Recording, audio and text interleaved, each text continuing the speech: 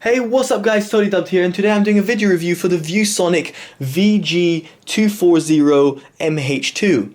Now the MH2 over the MH1 really brings over two sort of features, one of which is at the back of this monitor, which I'll show you in just a second. It's got a little hook and a little carrying part if you want to carry the monitor for some reason. And secondly, it's got this low input mode, which I'll get into when I just go into my gaming and sort of gaming performance part of the review. So first of all, where can you buy this and how much does it cost? Well, it costs around 250 quid. It can be found on amazon.co.uk, and a link will be down in the description in case you're interested, so definitely do check that out. In terms of its specs, it's a 24-inch 144hz monitor.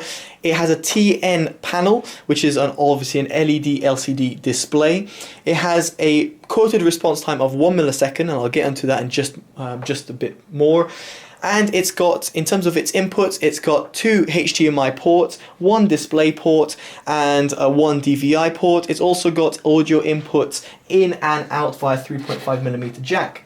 On the left hand side, it also has a USB 3.0 jack, which can be connected up to the PC. I'll just turn up the EV on my camera so you guys can see, and there you go, you can see the ports over here. So they're quite accessible. I would have preferred these to be on the right hand side because most PCs are on the right rather than on the left. Now, in terms of its build quality, so first things first is the actual stand itself. I feel that the stand is quite solid and it doesn't make the monitor wobble, which is a great thing.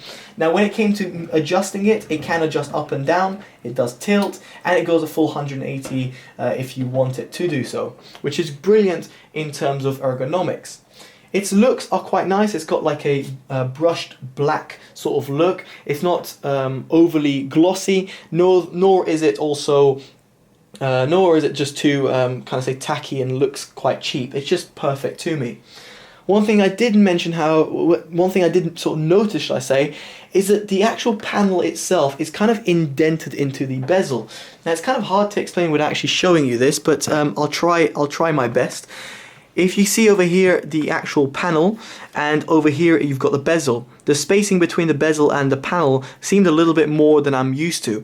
I'm not sure why, maybe it's just some perspective, but it's something I did notice when I was looking at the monitor and gaming on it for a little while, especially when it came to looking at different angles. It's not a big deal, but just something I should mention.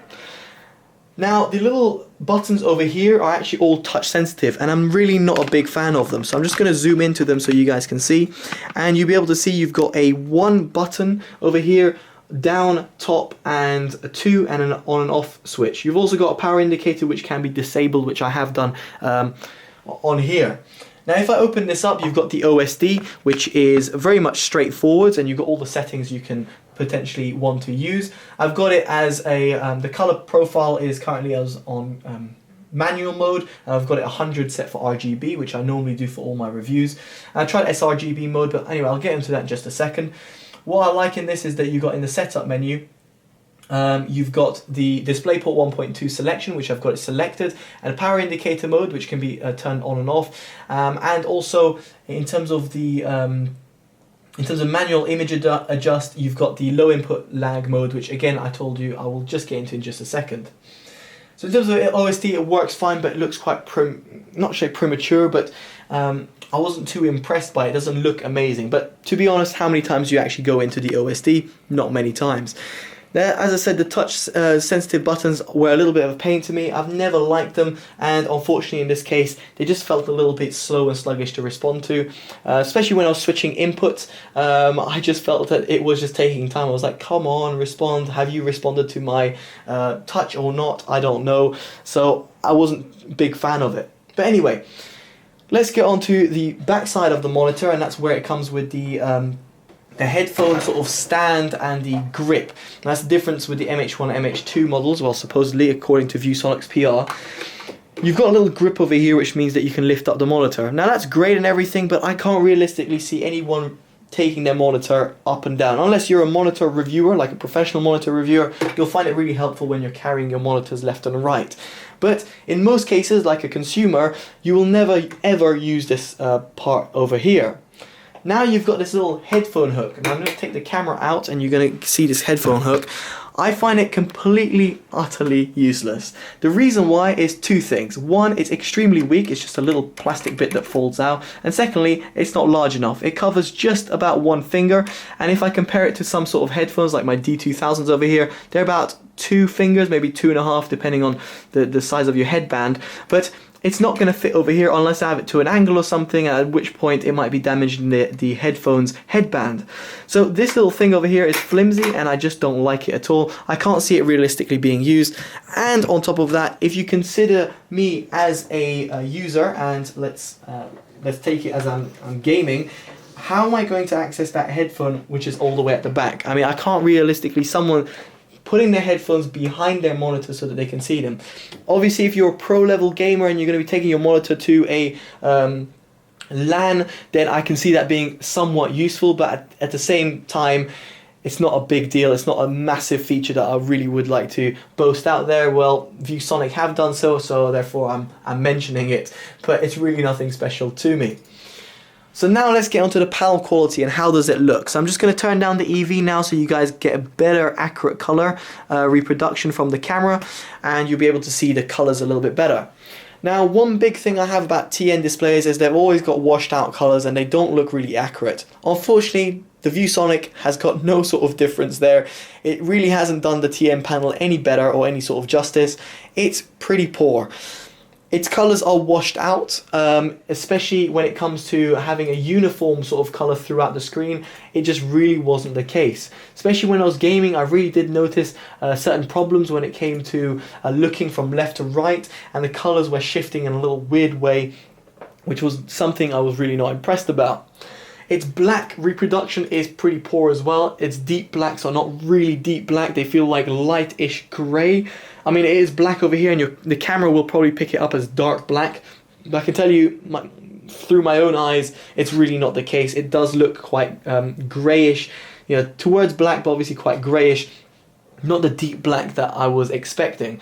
Obviously, it's a TN panel, so I can't expect the world in comparison to like an IPS or PLS panel, but still, it was pretty poor.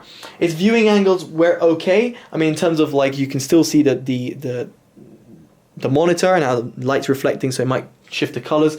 But one thing I did notice is that when I was moving left to right, the colors did shift even more, and it made it even worse. So really, you have to get this monitor perfectly placed and view it a certain way. If you're going to start looking from left to right, the colors are going to shift, especially on the edge. So if you're looking from right to left that way, this color over here is not going to be as well produced as the one on the right hand side, which is closer to you. So the color shift is kind of noticeable, and it's something that I felt I should mention.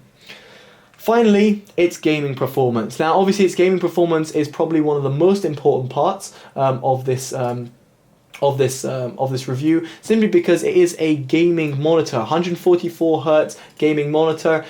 Therefore, you hope that it's going to be producing a great low input lag mode gaming for you. I don't even know what to say in terms of its like a term or anything, but anyway. There was 2 modes I tried. The low input mode, lag mode, turned on and then turned off. Now when it was turned off, so when you got it in terms of factory default mode, or like the MH1 mode, I felt that the monitor was really laggy. It didn't feel like it was a responsive monitor, and it just did not feel like a gaming monitor at all. You can see I'm solidly hitting over 200 FPS at 1080p over here, playing CSGO, which is not exactly the most demanding game in the world. But what I did feel is that it was just not that responsive. When I was moving left to right, it wasn't as responsive as I would like it to do. However, when I did enable low input mode, I felt that it did do a lot better. It was a lot more responsive. Like right now, it's a lot more responsive, and on top of that, it just felt more like a gaming monitor than just a viewing monitor. With that said, I have reviewed a lot of 144 Hz monitors, and I will link them down in the description below, like the AOC and Philips 144 Hz monitors. And what I felt is that the Philips and AOC monitors really felt like gaming monitors when it came to moving left and right. The low input lag mode, so to speak, was really apparent, and the fact that it was aimed at gamers was apparent. Even though its colors were off, you could still see it. However, with this, it just didn't feel like a gaming monitor. Now, I normally game on an 8 millisecond 144 Hz monitor, and it felt the case over here as well. Despite this being a gaming monitor with 1 millisecond quoted response time, I felt this acted more like a 10 millisecond response time monitor, and with low input mode lag turned off, it felt like a 20-25 millisecond input monitor. So unfortunately, due to its latency, or should I say, I don't know, input lag problems, I just wasn't impressed with the monitor as on a whole. Its gaming performance wasn't amazing, its color reproduction was pretty poor, but that was to be expected with a TN monitor, and its build quality is nice, but you know, the little gimmick over here and these touchscreen buttons really kind of annoying. So overall, I can't really see myself recommending this monitor, especially in comparison to some of the competitors out there. So as I said, I've reviewed the AOC and I've reviewed the Philips, both 144Hz monitors, and you know, the AOC comes in at £270, which is slightly bit more expensive than the 250 quid ViewSonic, and I'd much more recommend this, despite me hating the colours of the AOC. This ViewSonic really doesn't do any better in terms of colours, but does much worse in comparison to the AOC when it comes to gaming input and lag. So that's pretty much to sum it up, guys. If you want a gaming monitor, I really wouldn't look at this ViewSonic monitor. It just doesn't perform as I would have expected it to do so, especially considering its specs. And overall, I just wasn't that impressed. If the colors were better but had this type of gaming performance, I would have said, you know, it might be more accustomed to me, because you know, I'm not a totally serious gamer, but at the same time I want to view my pictures or view my videos in good quality, but unfortunately didn't do that either. So overall, guys, can't recommend it, so thumbs down from me. Anyway guys, hopefully you enjoyed this honest, independent, unbiased review. If you did, make sure you give it a like.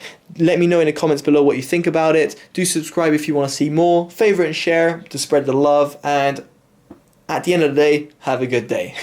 Alright guys, I've been Totally Dubbed, and it's been the ViewSonic 144Hz gaming monitor. Take care guys, bye bye.